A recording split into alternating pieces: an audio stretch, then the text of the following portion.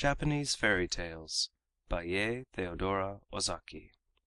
Chapter 21. How an Old Man Lost His Wen. Many, many years ago there lived a good old man who had a wen like a tennis ball growing out of his right cheek.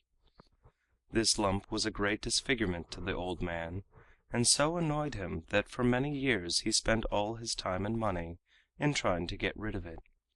He tried everything he could think of. He consulted many doctors far and near, and took all kinds of medicines both internally and externally. But it was all of no use. The lump only grew bigger and bigger, till it was nearly as big as his face, and in despair he gave up all hopes of ever losing it, and resigned himself to the thought of having to carry the lump on his face all his life. One day the firewood gave out in his kitchen, so, as his wife wanted some at once, the old man took his axe and set out for the woods up among the hills not very far from his home. It was a fine day in the early autumn, and the old man enjoyed the fresh air and was in no hurry to get home. So the whole afternoon passed quickly while he was chopping wood, and he had collected a goodly pile to take back to his wife. When the day began to draw to a close, he turned his face homewards.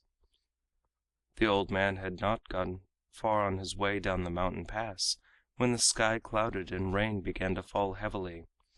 He looked about for some shelter, but there was not even a charcoal burner's hut near. At last he espied a large hole in the hollow trunk of a tree.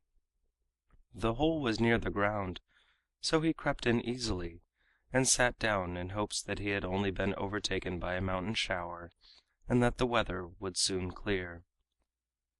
But much to the old man's disappointment, instead of clearing, the rain fell more and more heavily, and finally a heavy thunderstorm broke over the mountain. The thunder roared so terrifically, and the heavens seemed to be so ablaze with lightning, that the old man could hardly believe himself to be alive. He thought that he must die of fright. At last, however, the sky cleared, and the whole country was aglow in the rays of the setting sun. The old man's spirits revived when he looked out at the beautiful twilight, and he was about to step from his strange hiding place in the hollow tree, when the sound of what seemed like the approaching steps of several people caught his ear. He at once thought that his friends had come to look for him, and he was delighted at the idea of having some jolly companions with whom to walk home. But on looking out from the tree, what was his amazement to see not his friends, but hundreds of demons coming towards the spot. The more he looked, the greater was his astonishment. Some of the demons were as large as giants, others had great big eyes, out of all proportion to the rest of their bodies. Others again had absurdly long noses, and some had such big mouths that they seemed to open from ear to ear. All had horns growing on their foreheads. The old man was so surprised at what he saw that he lost his balance and fell out of the hollow tree. Fortunately for him the demons did not see him, as the tree was in the background, so he picked himself up and crept back into the tree. While he was sitting there and wondering impatiently when he would be able to get home, he heard the sounds of gay music, and then some of the demons began to sing. "What are these creatures doing?" said the old man to himself. "I will look out. It sounds very amusing." On peeping out, the old man saw that the demon chief himself was actually sitting with his back against the tree in which he had taken refuge, and all the other demons were sitting round, some drinking and some dancing. Food and wine was spread before them on the ground, and the demons were evidently having a great entertainment and enjoying themselves immensely. It made the old man laugh to see their strange antics. "How amusing this is!" laughed the old man to himself. "I am now quite old, but I have never seen anything so strange in all my life." He was so interested and excited in watching all that the demons were doing that he forgot himself and stepped out of the tree and stood looking on. The demon chief was just taking a big cup of sake and watching one of the demons dancing. In a little while he said with a bored air: "Your dance is rather monotonous. I am tired of watching it. Isn't there any one amongst you all who can dance better than this fellow?" Now the old man had been fond of dancing all his life, and was quite an expert in the art, and he knew that he could do much better than the demon. "Shall I go and dance before these demons, and let them see what a human being can do? It may be dangerous, for if I don't please them they may kill me," said the old fellow to himself. His fears, however, were soon overcome by his love of dancing. In a few minutes he could restrain himself no longer, and came out before the whole party of demons and began to dance at once. The old man, realizing that his life probably depended on whether he pleased these strange creatures or not, exerted his skill and wit to the utmost. The demons were at first very surprised to see a man so fearlessly taking part in their entertainment, and then their surprise soon gave place to admiration. "How strange!" exclaimed the horned chief. "I never saw such a skillful dancer before. He dances admirably." When the old man had finished his dance, the big demon said: "Thank you very much for your amusing dance. Now give us the pleasure of drinking a cup of wine with us." And with these words he handed him his largest wine cup. The old man thanked him very humbly. "I did not expect such kindness from your lordship. I fear I have only disturbed your pleasant party by my unskillful dancing." "No, no," answered the big demon. "You must come often and dance for us. Your skill has given us much pleasure." The old man thanked him again and promised to do so. "Then will you come again tomorrow, old man?" asked the demon. "Certainly I will," answered the old man. "Then you must leave some pledge of your word with us," said the demon. "Whatever you like," said the old man. "Now what is the best thing he can leave with us as a pledge?" asked the demon, looking round. "Then," said one of the demon's attendants kneeling behind the chief, "the token he leaves with us must be the most important thing to him in his possession. I see the old man has a wen on his right cheek. Now mortal men consider such a wen very fortunate. Let my lord take the lump from the old man's right cheek, and he will surely come tomorrow, if only to get that back."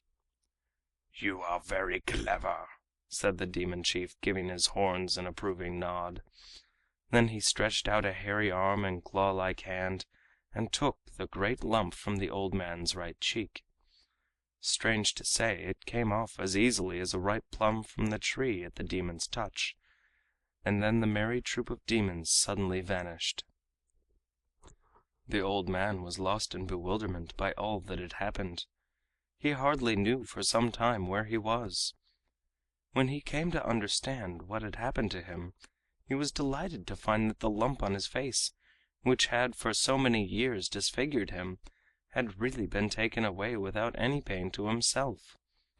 He put up his hand to feel if any scar remained, but found that his right cheek was as smooth as his left. The sun had long set, and the young moon had risen like a silver crescent in the sky. The old man suddenly realized how late it was, and began to hurry home. He patted his right cheek all the time, as if to make sure of his good fortune in having lost the wen. He was so happy that he found it impossible to walk quietly. He ran and danced the whole way home. He found his wife very anxious, wondering what had happened to make him so late. He soon told her all that had passed since he left home that afternoon. She was quite as happy as her husband when he showed her that the ugly lump had disappeared from his face, for in her youth she had prided herself on his good looks, and it had been a daily grief to her to see the horrid growth. Now next door to this good old couple there lived a wicked and disagreeable old man. He too had for many years been troubled with the growth of a wen on his left cheek, and he too had tried all manner of things to get rid of it, but in vain. He heard at once, through the servant, of his neighbor's good luck in losing the lump on his face, so he called that very evening and asked his friend to tell him everything that concerned the loss of it. The good old man told his disagreeable neighbor all that had happened to him. He described the place where he would find the hollow tree in which to hide, and advised him to be on the spot in the late afternoon, towards the time of sunset. The old neighbor started out the very next afternoon, and after hunting about for some time, came to the hollow tree just as his friend had described. Here he hid himself and waited for the twilight. Just as he had been told, the band of demons came at that hour and held a feast with dance and song. When this had gone on for some time, the chief of the demons looked around and said: "It is now time for the old man to come as he promised us. Why doesn't he come?" When the second old man heard these words he ran out of his hiding place in the tree, and kneeling down before the Oni, said: "I have been waiting for a long time for you to speak." "Ah, you are the old man of yesterday," said the demon chief. "Thank you for coming. You must dance for us soon." The old man now stood up and opened his fan and began to dance. But he had never learned to dance, and knew nothing about the necessary gestures and different positions. He thought that anything would please the demons, so he just hopped about waving his arms and stamping his feet, imitating as well as he could any dancing he had ever seen. The Oni were very dissatisfied at this exhibition, and said amongst themselves: "How badly he dances today!" Then to the old man the demon chief said: "Your performance today is quite different from the dance of yesterday. We don't wish to see any more of such dancing. We will give you back the pledge you left with us. You must go away at once." With these words he took out from a fold of his dress the lump which he had taken from the face of the old man who had danced so well the day before, and threw it at the right cheek of the old man who stood before him. The lump immediately attached itself to his cheek as firmly as if it had grown there always, and all attempts to pull it off were useless.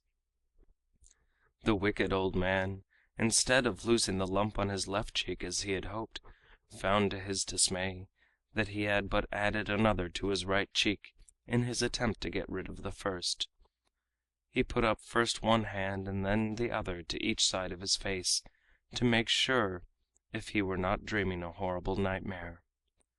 No, sure enough there was now a great wen on the right side of his face, as on the left. The demons had all disappeared, and there was nothing for him to do but to return home. He was a pitiful sight, for his face, with the two large lumps, one on each side, looked just like a Japanese gourd.